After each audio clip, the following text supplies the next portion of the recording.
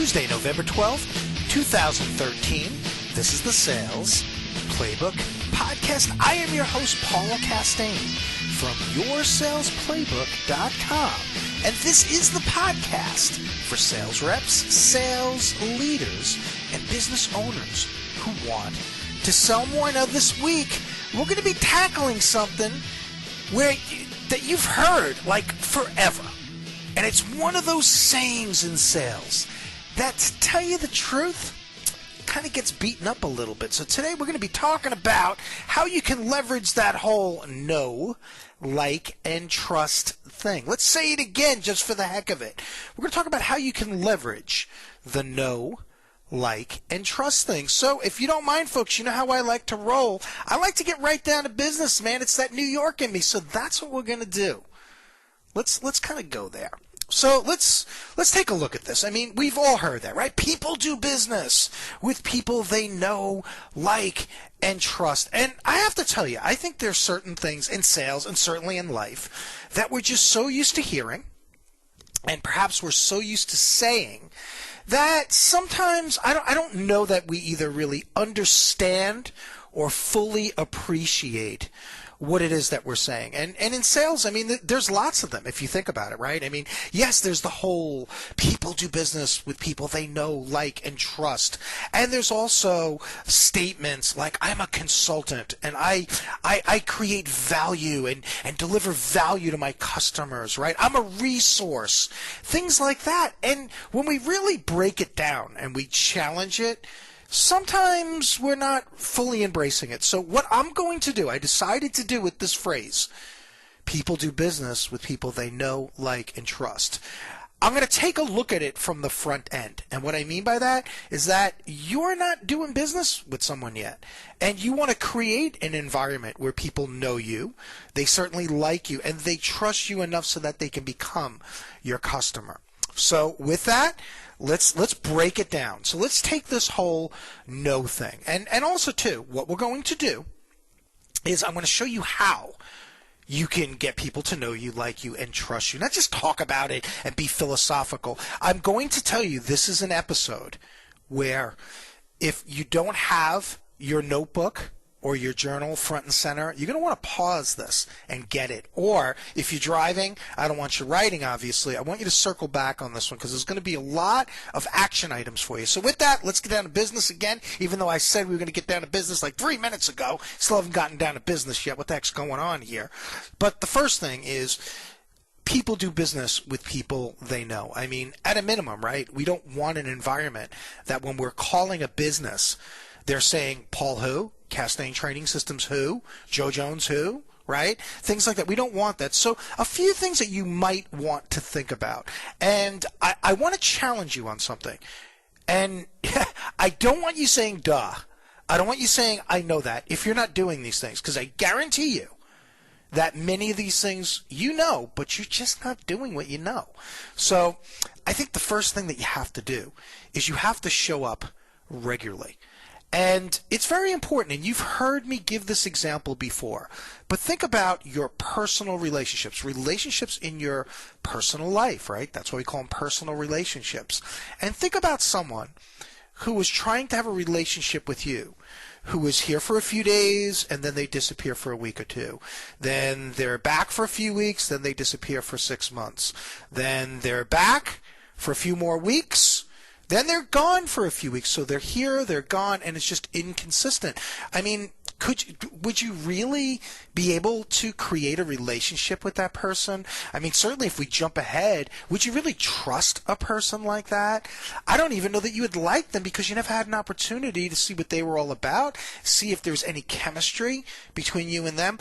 But as much as we might want to say duh to that, we're really quite guilty of this in sales. And I'll tell you why. It's not on our things to do to be inconsistent. It's not on our things to do to be here and to be gone and to be here, gone, and so on and so forth. It's just that we have great intentions and we become very, very busy. We become busy typically putting out fires with existing customers, continuing to service existing customers, things going on. Heck, we're in kind of our year-end sprint right now with many businesses. So we have the right intention, but we fail to execute. And what happens is for many of us in sales, we kind of say, well, you know what? I'm going to hit the phones again a week from Thursday, and I'm going to spend the whole day doing the phone thing. And one thing leads to another, and maybe we don't get to it. Or maybe we get to it, but we can't get to it again for another few weeks or maybe a few months or whatever. We're being inconsistent. So what's happening is that we're kind of working against the grain here. People don't have an opportunity to hear our voice and to interact with us on a phone or an email or any one of a number of things I'm going to point out to you. So that's the first thing there, that you really have to show up. I want to throw another example at you. And it's an example that's a little dated, forgive me, I'm sorry, but it's just like one that I just love to give. But I gave an example on my blog a few years ago about, again, I don't know if there's any other metalheads out there that used to like the band Guns N' Roses, any Slash fans that are out there, but if you're not, it's okay, because you could just like remove the name Slash. And what I'm about to outline, pretty much any person out there who's in the spotlight and who has some degree of fame, they follow this formula. But I remember a few years ago, and I was watching on TV, and there's Slash, right? He's showing up on some talk show. And there he is. He's kind of jamming out with the band and kind of being interviewed and things like that. Next thing you know, there he is. He's being interviewed like on Good Morning America or something like that. He's showing up there. Then I read something in the paper that he showed up in some hole-in-the-wall club in New York City and jammed out with some local band. It didn't stop there. Then there's a picture, like a week later, of Slash in the stands of like some basketball game with George Lopez. But the bottom line is this, is that we kept running into Slash.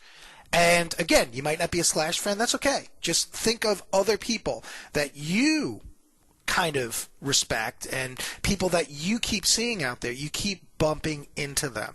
And I think that's a very important thing to think about, that, to make that part of your strategy too, so that you really don't want to be spending a lot of your efforts kind of reminding people who you are. Right? There's so many things out there right now for us to really warm up that cold call and kind of take the cold out of the cold call, and even just our interactions with them, warm them up a little bit. Now, here's something else that you can do. I think it's very, very important that, especially following not even just a traditional way of hunting business, but marrying traditional with the newer social selling and what they refer to as sales 2.0 type of technologies that are out there, which is, for those of you who don't know what that is, just it's kind of a fancy way of saying all the things like LinkedIn and Twitter and using your blog and personal branding and things like that, kind of rolling them all into one type of methodology. But, you know, what I think you need to do, and one of the things I preach to my coaching clients, is that you want to, first of all, think about all the different ways of touching, right? What we mean by a touch, like an interaction, another opportunity for them to bump into you, and make a master list. And here's my first challenge to you. You really want to push yourself beyond having more things in your arsenal beyond a phone call and an email, because most people, when I ask that question in training sessions or I do a keynote speech or whatever, I'll ask the question, hey, beyond a phone call, beyond an email, what else do you have? And right then, I'm being a smart ass here, eye contact is usually broken. Everybody's kind of like looking down at their phones or something at that point. Nobody wants to deal with it because they have a whole lot of nothing. So first of all, you don't want to do that. That's a big mistake. Everyone has their own preferred method of communication. If you limit it to the phone, you limit it to an email, you might be missing out on a big chunk of opportunity with people, for example, who love LinkedIn, or people who love traditional networking, people who only respond to more creative measures, people who might respond better if you dropped in, believe it or not. So you don't want to limit yourself that way. So the first thing I'm going to tell you to do is to really create a master tool list or a master weapons list of all the things at your disposal. And I would kind of brainstorm it, then step away, revisit it again, and you want to just make an incredible list. Then, once you do that, this next part is really, really important. You want to create kind of a standard map. And I call this technique communication mapping. And what you want to do is take all the things at your disposal in your arsenal and kind of create a standard map of how you want to approach a prospect. Now, and I'm just going to give you some hypothetical things to get your wheels turning, but you got to do this on your own because your way is going to be better than mine because I don't know you and I don't know what you're up against. I don't know what your style is. So just kind of just a generic type of map for you to consider. Maybe your first interaction, you're a person that feels that an email should be the first way of reaching out. So maybe you're going to call that intro email number 1. So then you're going to create a series of like if then statements. So what you need to really factor into this is that, and this is going to come as a shock to you, most people are not going to respond right away unless there's an immediate need or you happen to be really brilliant at catching people's attention. But we have to kind of bank for a longer haul here, right? So what you want to do is have a series of if-then statements. If I don't get a response from that email within, and you have to decide on the amount of time, then I will move on to touch number 2. And then you write down touch number 2. So let's just say that we're going to give them 48 hours to respond. They don't respond. Touch number 2 might be a phone call. In this case, it could be any number of things, by the way. It doesn't have to be a phone call at that point. It could be a piece of snail mail, whatever. But in this illustration, we're going to say it's going to be a phone call.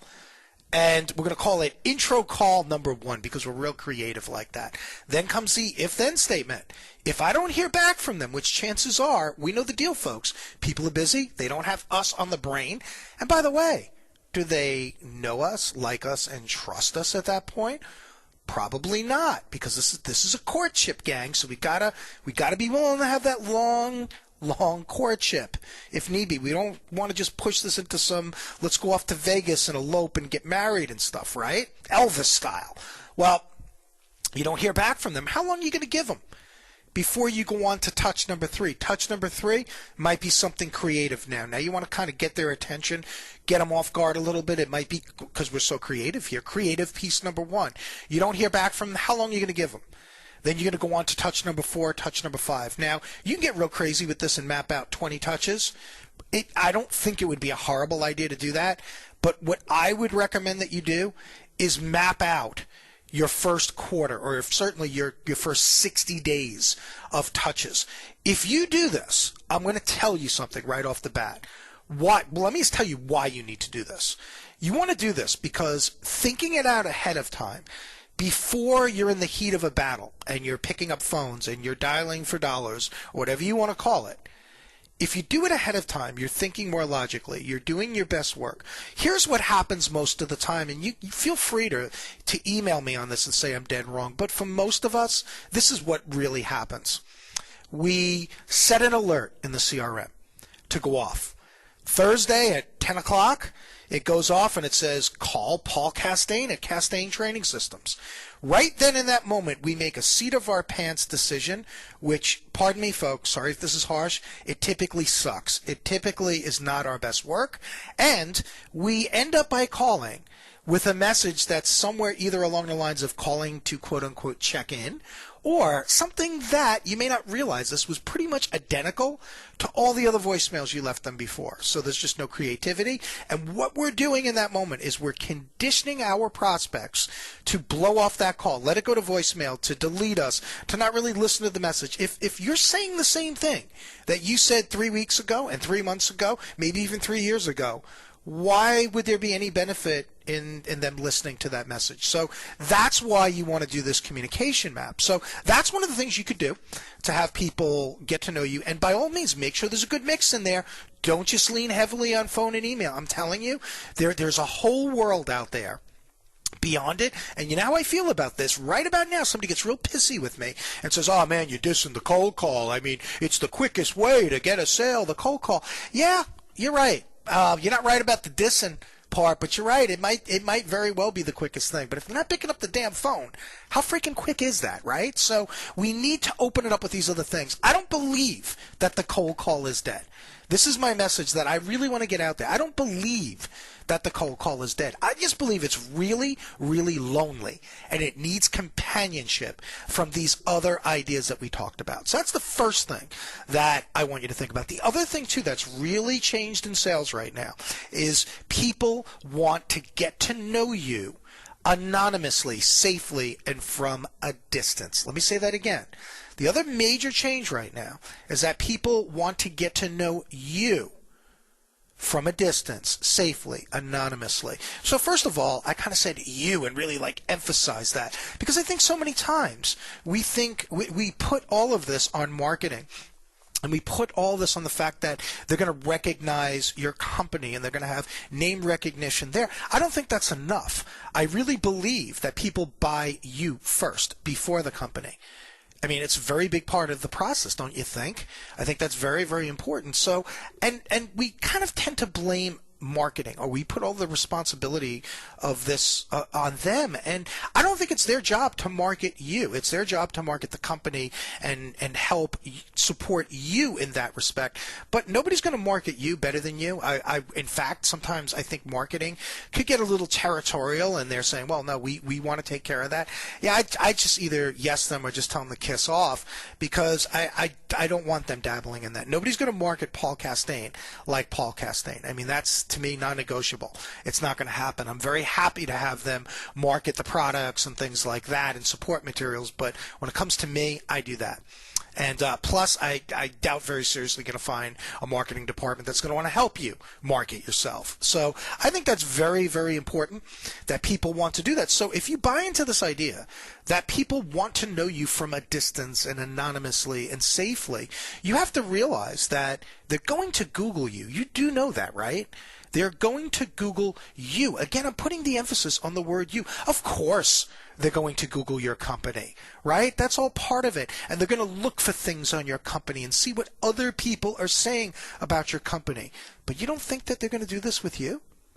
And right about now, I usually have somebody say, yeah, but don't worry, Paul, there's really nothing on me. You're not going to see pictures of me at the office party, like with the lampshade on, and like me at a cake party being an ass or whatever it is. And my position is this, is that you not having anything on you out there is just as bad as them finding the picture of you at the cake party or doing something stupid or whatever. Seriously, it is. Because, you see, there's no trail now. And you're not satisfying that urge that people have right now to observe you from a distance safely and anonymously. That's a very big change that we're seeing in sales right now, that people are checking us out. And you know what? Some of you are my customers. Some of you are considering doing business with me. You've checked me out. Admit it. You've gone on Google. You've kind of looked for other opportunities. Maybe you've checked my LinkedIn profile. Maybe you're checking me out by visiting this podcast and you're having a visit. And this is kind of what I call our sitting at the kitchen table type of visit. That's the feel that I want for this. But let's be perfectly honest. You are observing me in some way, shape, or form, the same way your prospects are observing you. So I think it's very, very important that you do that. So I think you might want to answer this question. Sorry if it's grammatically incorrect, or maybe I'm coining a new word that a million other people are also taking credit for. Who knows? Are you Googleable? In other words, if somebody right now goes and Googles your name, what are they going to find out? And there's a great way to do it. Why don't you just go ahead and type in your name in Google and see what they're going to see, because they're doing it. Don't kid yourself and think that they don't know what Google is, folks. This isn't like mid-90s right now. Right? A whole great new world right now of search engines, and people are going to check you out. And by the way, this was one of the reality checks that I did, and I'm so glad that I got kind of a bitch slap from Google. And it was back in a faraway time called I almost said 19. I'm thinking about 1995 and 1996 right now. I'm going crazy here. Actually, it was in a not that far away. It was actually in a less far away time called 2008. And I really had to rebrand myself at that point. And it was just 5 short years ago. And it was 5 years ago this month, by the way. That's why I'm getting kind of sentimental on you. Because I was in a classroom, many of you know the story, and somebody threw a left hook at me. And they said, hey, you've been talking about writing a book and all this kind of stuff. Why haven't you done it? And before I could think, I kind of said, because I'm scared. And then, I'm not going to sit there and backpedal. I'm a real straightforward type of guy. I like being upfront and honest with people. And I said, yeah, you heard that, folks. And now I got to figure out why I'm so scared here to do something like that. And when I kind of sat in the hotel room afterwards, just kind of alone with my thoughts and had my journal open, I thought about what it was that scared me at that point in time. And it was the fact that I felt that nobody knew me outside of the company where I was working. And I figured, let me do the ultimate test. Let me pop in my name into Google. And at that point in time, it was like 2 results that came back. God's honest truth, one of the results was wrong.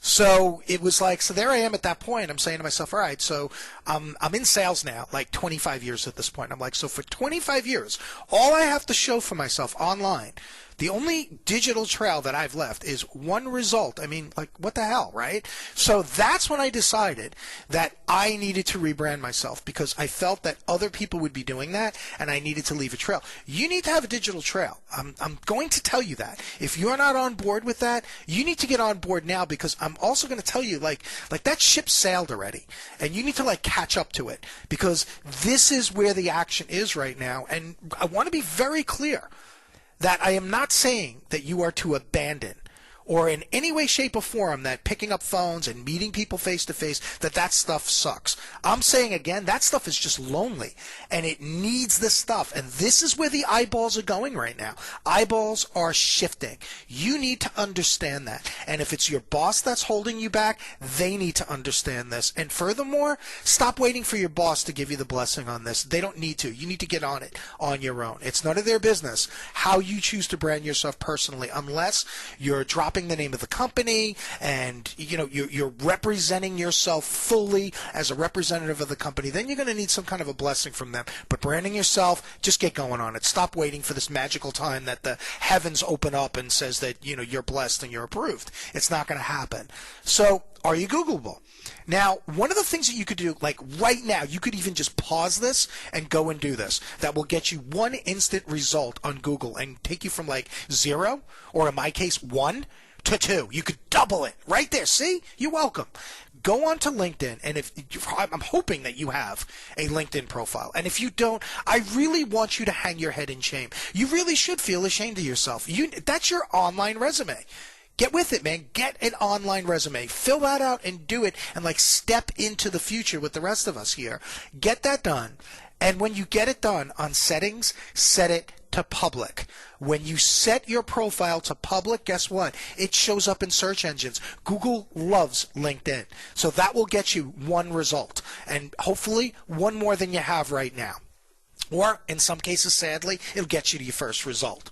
The other thing too, remember, Google owns Google+. So you might want to have a profile set up right there. It'll come up. And as a matter of fact, having a profile set up on the big 4, which would be LinkedIn, Facebook, Twitter, and Google+, is going to help you as far as showing up in search engines. So that's not a bad thing. Now, the other thing that I think you should do, let's kind of jump over to LinkedIn again. It's very important. A lot of people don't think of connecting with their prospects. They kind of wait till they're officially a client or whatever it is. I think it's a good thing to do when they're prospects. I really do. I don't know that it's a good thing to do to connect with somebody and just immediately throw a sales pitch at them. I think now you're back to cold calling there, aren't you? And it's just kind of not to be expected on the social networking platforms. It's not the protocol. So you might want to be careful of that. But what I would do is connect with these people that you're talking about doing business with and who kind of know who you are, so that you can get to know them. It's another place you can hang out together. And what I recommend that you do, the minute you connect with somebody, I would do this, and please write this one down. You want to immediately thank them for either in this case, accepting your invite, And what you want to do is send a letter, thank you so much for accepting my invite, or hey, who knows, maybe one of them sends you an invite. You can say, thank you so much for the kind invitation. Here are some additional places where we can connect. And then you can list all the other places where you hang out. On Twitter, here's a link. On Google+. In fact, if you guys want to see what I do with that, because I have a letter, and I'll be happy to send it to you as a Word doc, so this way you can kind of edit it to your own needs. Feel free to drop me an email, Paul@yoursalesplaybook.com. Paul@yoursalesplaybook.com. I'll send you a sample of that letter. But here's what this letter does that's so brilliant, right? What it does is it opens up the door for us to hang out in other places together. Now, in the whole getting to know you process, think about dating. You didn't always go to the same place with dating. And think about friendship. In friendships, you don't just go to the same place. You have other places where you hang out. Sometimes it's movies. Sometimes it's stay at home, right? And you just kind of watch a pay-per-view together. Sometimes you go out to dinner. Sometimes you cook a dinner. Sometimes you cook outside. Sometimes, man, you're going out for something a little bit more formal. You know the deal. Sometimes it's a long walk along the beach, right? But we mix it up. That's what keeps it interesting. And furthermore, right, I'm making a speech here. Furthermore, I want your vote as candidate for the U.S. Senate. See? I'm practicing. But it's that bad past of mine that's going to keep me from ever doing that. But seriously, folks, this is what you have. This is how we get to know each other. We hang out in different places. They get to observe us in different places. Remember, they want to observe us from a distance. There's different protocols on different platforms. Some of them are more social than others. Some of them are more business. Some of them are more business casual. Sometimes it's okay to talk about one thing in one place, but not so okay in another place. But here's the last point. What if you connected with them on LinkedIn and they really don't do a heck of a lot on LinkedIn? This opens it up. I can't tell you how many times I've sent this out and I get a response. Oh, thank God, because I hardly do anything here, but I do tons of stuff on Twitter, Castaigne, so meet up with me there. And the only other thing I want to say about that, take a look at your existing network right now on LinkedIn especially, and twice a year, you can send a variation of that letter, and you could put a subject line of where else can we connect? And you could just do what you did like in that first letter. And you could say something along the lines like, many of you, there's some places I hang out more than others, but I wanted to find out the best place where I could hang out with you. Here are some of the places where I hang out, but enough about me. Where else can I hang out with you? And you word it differently than that. I certainly have it, I have it as, where else can we connect? But that's the gist of it. So that's very, very important, and it will help people to get to know you. So, something else that I want you to think about on the getting to know you thing. You want to make sure that you want to get to know them and have them get to know you from a distance. With your status updates, you could put a helpful tip in there.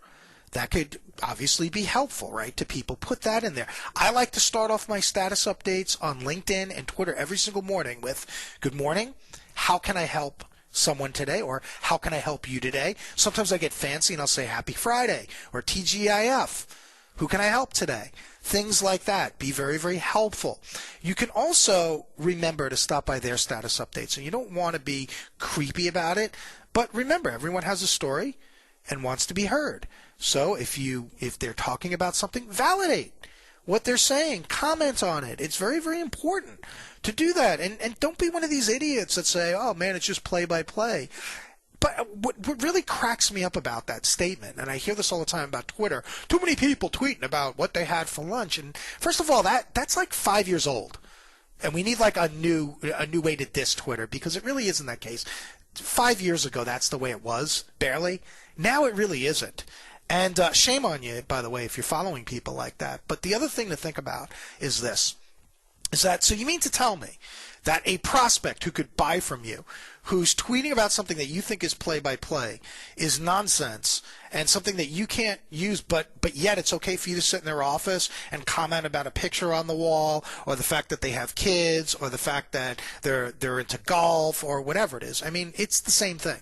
So I think that's really the modern version of it. So, and remember that people aren't putting things out there just randomly. They're putting things out there because it means something to them. Your job is to validate them. Let's go back to that statement I made before. Everyone has a story. and wants to be heard. And if you want, let's just get the group hug out of the way. We'll do we'll do a few songs around the campfire and all that. Kumbaya and all that. We'll get the warm fuzzies out of the way. And when we're done, let's make some money on that statement, because that statement is spot on, if I do say so myself. People, everyone, I do, you do. We have a story. We have something that we want to tell people, something that's important to us today, maybe something that's important to us tomorrow. And we want to be heard. And here's the problem, folks. So rarely are we heard. People are busy. People are busy doing a lot of talking of their own, aren't they? Especially in social networking circles. Everybody's broadcasting their things and getting their story out. How many people can you really think about in your life right now, beyond your significant other, beyond your family, that truly care about you and that truly validate things you're saying and truly show a genuine interest in what you're saying? This is a wonderful way to get to know people. But a lot of people are going to dismiss this one because there's nothing sexy about what I just told you there, right? Nothing sophisticated. Nothing that makes you think, man, this guy is a rocket scientist here, man. He's coming up with cutting-edge technology. Heck, man, that one's only like a few thousand years old, that concept, if you think about it. It's been around since the beginning of mankind and womankind, too. But, you know what? Once again, we're not very quick to do the things we know. And if we did, man, we'd be making a lot more money right now. So maybe a note to self on that. But you want to be quick to help out. When you see a situation where somebody's reaching out for help, be quick to be helpful, not salesy. There's a difference between the two. I won't bore you with beating up that dead horse. I think you also have to watch for, and I call it social clues. Watch for social clues. I mean, LinkedIn, well, first of all, a social clue. It might be nice if I define it for you, right? A social clue is an opportunity for you to be social. It's something that somebody puts out there that you can leverage into a conversation, and you can start interacting with them. And you ready for this? You could actually be social. Wow. Imagine that, social, in a social networking circle. So on LinkedIn, it's really cool. Like, they'll show like work anniversaries. You know, Paul Castaigne is having a work anniversary. 3 years with Castaigne Training Systems. Well, how about stopping by and congratulating that person? How about taking it up a notch and not just doing this virtual stuff? And by all means, stop by virtually. Congrats, Paul. But send a card to the person. How many cards do you think they received congratulating them, including yours? Another way for them to get to know you. You're showing a genuine interest in them. Certainly their birthday, many times on their profile, it'll show the birthday. I think sometimes on Twitter, you'll see people tweeting that they're going to a conference. Couldn't you reply and say, oh, have fun, or hey, safe travels? Or if you see that they're going to New York, you could say, first time going to New York? Do you travel there often? In my case, if you haven't picked up by the accent that follows me around like a shadow, maybe what I could say is, whereabouts in New York are you going to be staying? Maybe I could tell you some, do you know where you're going to be hanging out and eating and having a drink? Can I help you with that? I mean, those are some things that you can do. They're conversation starters. And we forget about that in social networking a lot. So that's kind of me beating up the no part. Let's go on to the like part. I'm not going to spend as much time on this, but many of these ideas that I'm telling you cross over into the other categories that I'm talking about. So let's talk about people doing business with people that they like. And I think at the core of it, people like other people who are just like them deep down. That doesn't mean that we have to sell out and somebody says, I'm into soccer. Yeah, me too, my whole life. I don't mean that. I mean people who, I think maybe even go a step further, who truly understand them and truly have a grasp on their needs and their challenges and the opportunities and the things that drive them crazy and the things that get them really, really excited. So you've heard me give this advice before, but maybe today will be, and I know I'm being sarcastic, so forgive me, but maybe today will be the day that you do it. There's one of the things that I always talk about. You got to mentally fire yourself. You need to do it quarterly. So if you already did this, it might be time for you to do it again, because I don't think I've offered this advice in probably, I'm guessing, about 6 weeks at least. But you have to fire yourself, rehire yourself as the person who buys your product or service. And you need to do two things. You need to think about all the things that would absolutely aggravate you in that position, and think about dealing with perhaps suppliers and managing multiple relationships, deadlines, poor communication, quality, control, surprise costs, things like that. But also think about their role in general. These are people that traditionally have to deal with a lot of internal customers, maybe external customers. It's a real deadline type of position that they're in. Think about things from their perspective. If you were that person, what would just drive you crazy? But this is the mistake right here. People stop here. We were always taught you have to find the pain in sales. See, I'm the one right now who has probably a really just unpopular opinion. I cry BS to that. I don't think we have to find the pain. I think it would be wonderful if we could. I do believe that pain is a bigger motivator than anything else. When we're in pain, we want the pain to go away. But there's not always going to be pain, folks. Now, you might think you can create pain. No, you got to be really good to do that.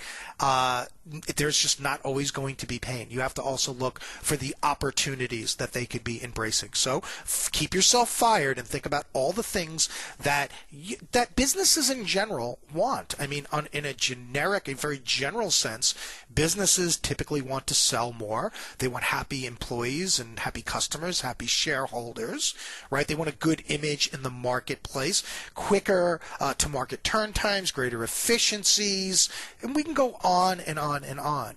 Think about that, and then get very specific. If you were in that role, if you were, let's just say you sell to the head of marketing, if you sold to that person, or actually if you were that person, what would be exciting to you? What would make you look like a rock star? What would be the things that you would be looking for to make you look like a rock star? If you sell to a CEO, what would be the things that make a CEO look like a rock star, feel like a rock star? What would be the things that would excite them if they were able to embrace? So you want to think about that and think about those things. Take it a step further, because this exercise right now is to get you to truly understand. See, when somebody feels that you understand them, I feel you become more likable. I think that's very, very important. So the other thing that you want to do while you're fired anyway, and then you can hire yourself back, full benefits, by the way, maybe give yourself a 5% raise, right? Because I think you deserve it. But anyway, I think what you need to do is come up with the top 20 to 25 questions that you would have in that role if you were looking for your particular type of service that you sell now. So let's take my situation, because I better understand my situation. I sell sales training and coaching services. So I need to think about what would be some of the top questions. So every quarter, I do this, and I don't just do this because I blog and I do these podcasts. I do it because I need to understand my audience, and I never want to lose touch with them. That's when people are not really going to like me, because I'm nothing like them. I'm very removed from their world if I don't do that. So in my situation, I've kind of fired myself, and I've come up with a list of questions like duh, on this one, how do I sell more? How do I sell with a higher price? How do I negotiate better? How do I do all these things like LinkedIn and Twitter and all that, right? That could be another question right there. How do I ask better questions? How do I plan better? How do I manage this is a huge one, by the way. How do I manage my time and get this all in the day? How do I balance better between work and my personal life?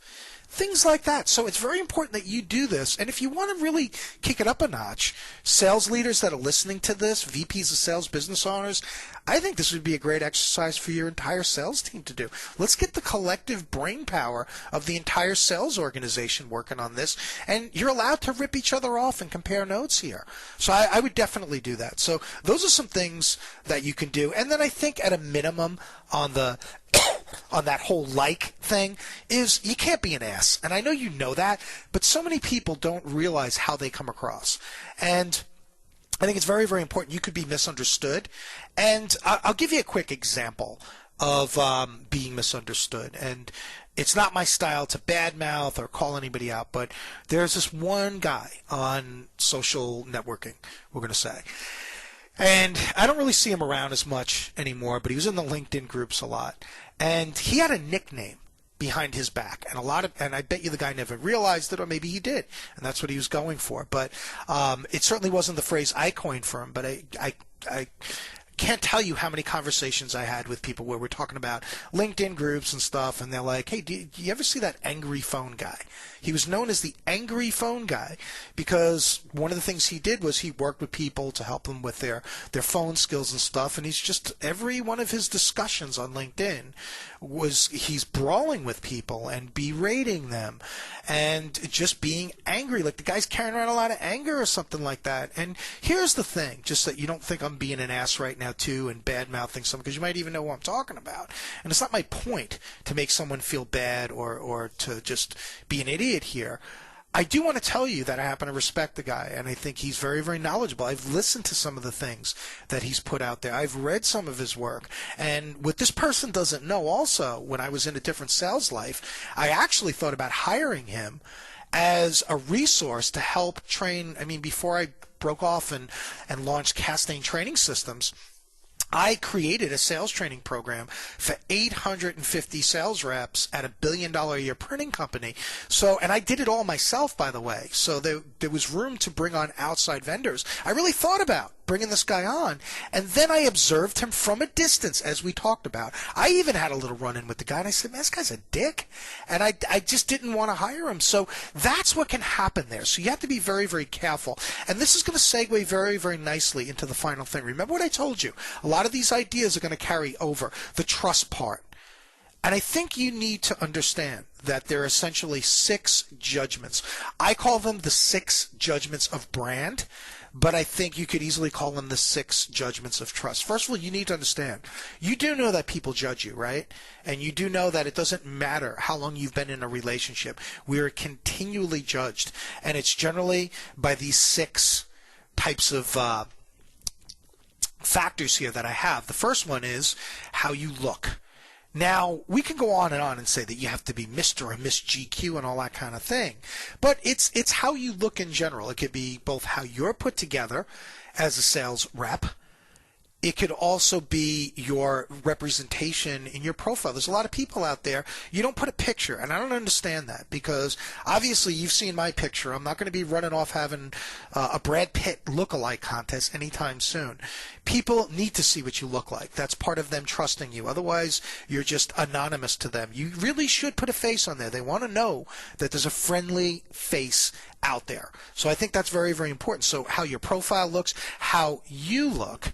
And I'll tell you a quick side story. I remember when I was a lot younger and I had hair. By the way, I actually had long hair halfway down my back at one point. My ear was pierced, and I worked with my dad. And my father, being an ex-Marine, he promptly reminded me that you will not be wearing that around the office, or certainly not wearing that on sales calls. And I was just a stupid kid. And I don't even know why I asked him the question. I should have known where it was going to go, right?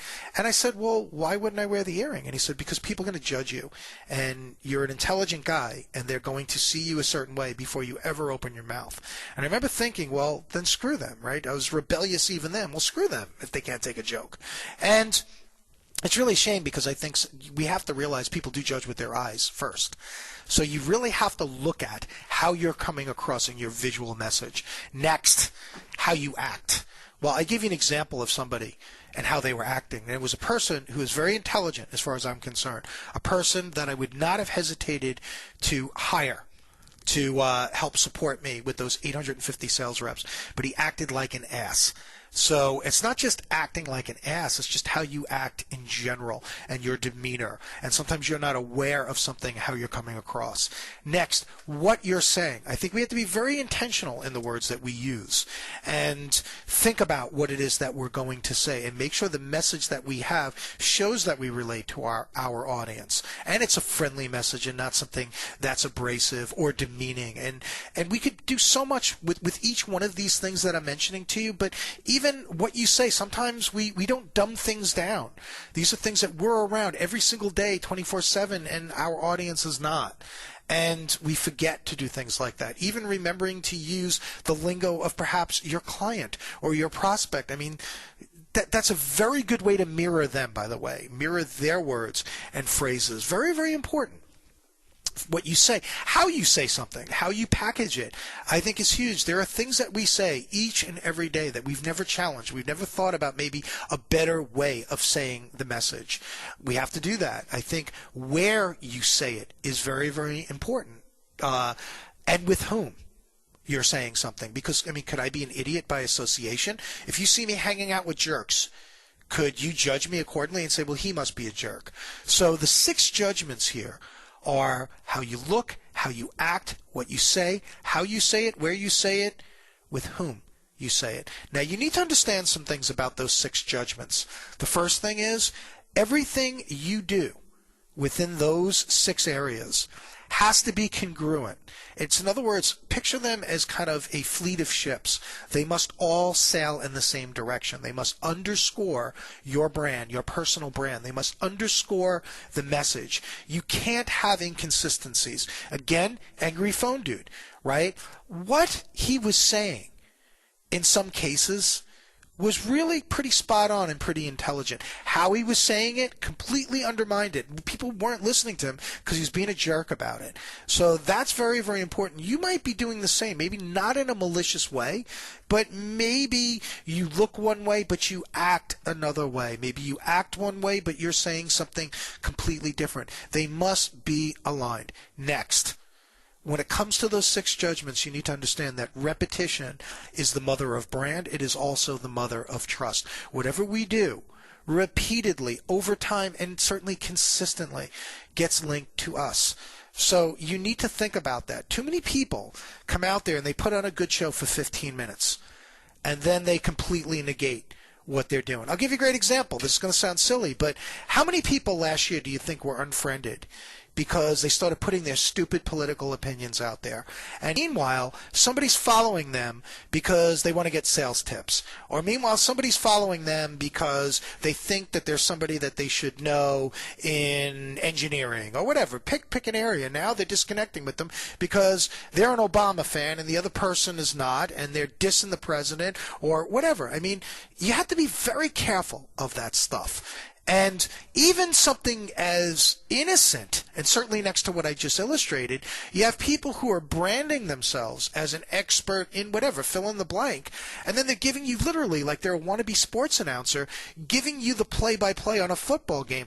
It's kind of, people are going to look at that like, hey, I didn't sign up for this. So you got to be very careful. So whatever it is that you do, consistently, repeatedly, over time, is going to get linked to you. That's one of the ways that we create trust. And I think the other thing too is remembering to align yourself with a consistent message and knowing what that message is going to be. Like for me, there's a lot of things that I want you to gain from hanging out with me. First of all, you've heard me say it before. I said it on this podcast. I want it to be more like a visit. I think sales is formal enough without somebody making you feel dumb right now. I want it to be like we're having a beer together, or we're at the kitchen table having a cup of coffee, chilling out together, and we're having a conversation. That is a message that you look in everything that I do, you will see it. In fact, I challenge you to show me where I'm not doing that. That's how I want it to be. I want it to be more of a relaxed, casual type of message. I want to be known as somebody who's very helpful, very knowledgeable, fun, funny, maybe a little irreverent every now and again just for a goof. Things like that. Not stuffy, definitely not the corporate type of guy. So you need to think about your message and how you want to come across. So you want to think about that. But now here's something else, and then we're going to wrap up in a minute because we're really going into overtime here. I think it's very, very important that you demonstrate your expertise along the line. That's going to go a long way in people trusting you. So put tips out there. I mean, you should be writing things. I mean, you don't have to be a brilliant writer, but put together some ideas for people, the helpful hints. Send it out to your target audience. Heck, would it kill you to go and like go to like, what is it? I use Instant Presenter, but you could do like WebEx or whatever. Just put your own webinar on and demonstrate your expertise. Things like that are very, very important. It'll go a long way. But you also have to look at your message and answer this question. Who says so besides you? Look at your message and what you're saying. All these little selling points that you have about doing business with you and your company. Who says so besides you? How could you prove what you're saying proactively? That goes a long way in people trusting you, because people by nature, they don't trust us as salespeople. We need to own that, folks. I mean, we could sit here in denial all day and say it isn't so, but it is so. And you do it yourself with people that you're buying from. So we're kind of all in this one together. So what can you do to become more believable? Well, you can provide more evidence. Things like provide studies that back up what you're saying. Offer more facts. How about case histories? How about statistics? A good old-fashioned for instance or an example goes a long way. And I can go on and on and on, but I kind of saved the best for last. Are you using testimonials? And are you remembering when somebody's complimenting you and telling you how you saved the day to ask them for a testimonial? I can't think of a better time. And use these testimonials. I mean, it was only this year that I kind of got the wake-up call like, duh, I've been in sales my whole life. I know that testimonials are important. Why don't I plaster these all over my website? So if you go on, and I'll put the links on the show notes, if you go to yoursalesplaybook.com and you go to like the Hire Paul page and things like that, you will see testimonials all over the place, because that helps you to trust me more, because you realize that somebody else aside from Paul. Paul's job is to sell Paul.